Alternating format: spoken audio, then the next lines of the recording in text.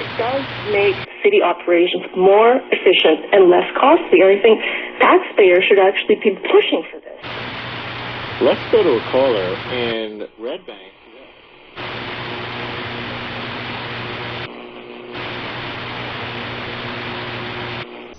Pilots for 9/11 Truth are asked many times. American Airline Flight 77 didn't hit the Pentagon, but where did the plane and passengers go?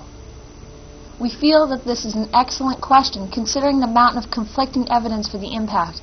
Flight data recorder conflicts, a growing number of witnesses filmed on location describing the flight path conflicting with the government's data and reports.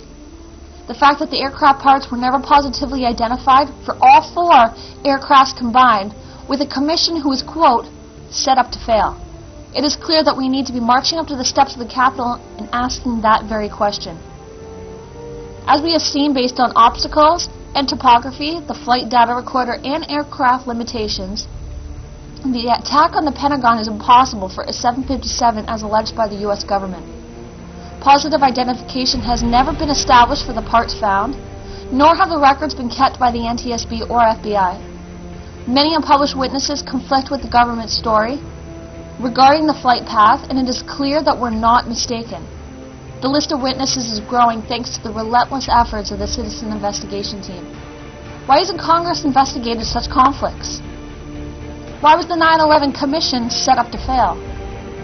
Considering the fact that we went to Afghanistan after 9/11 to smoke out bin Laden, yet bin Laden isn't even charged as a suspect for 9/11 by the FBI, combined with the fact that we all know that there's zero justification for the Iraq War, yet our own government tried to tie Iraq to the attacks on 9/11.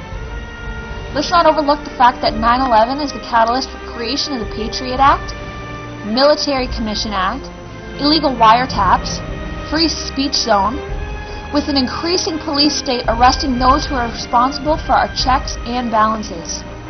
Our leaders said terrorists attacked us because they hated our freedom. Well, it appears that those who are attacking our freedom and sending Americans to die based on lies, deception, cover-ups, and crimes must be the real terrorists.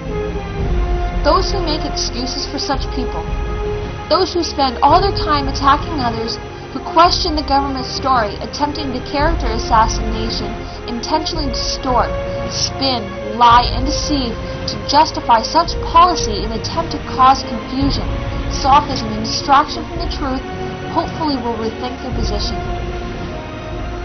After Popular Mechanics, the NTSB and the FBI refused to address or discuss such alarming evidence in conflict with the government story.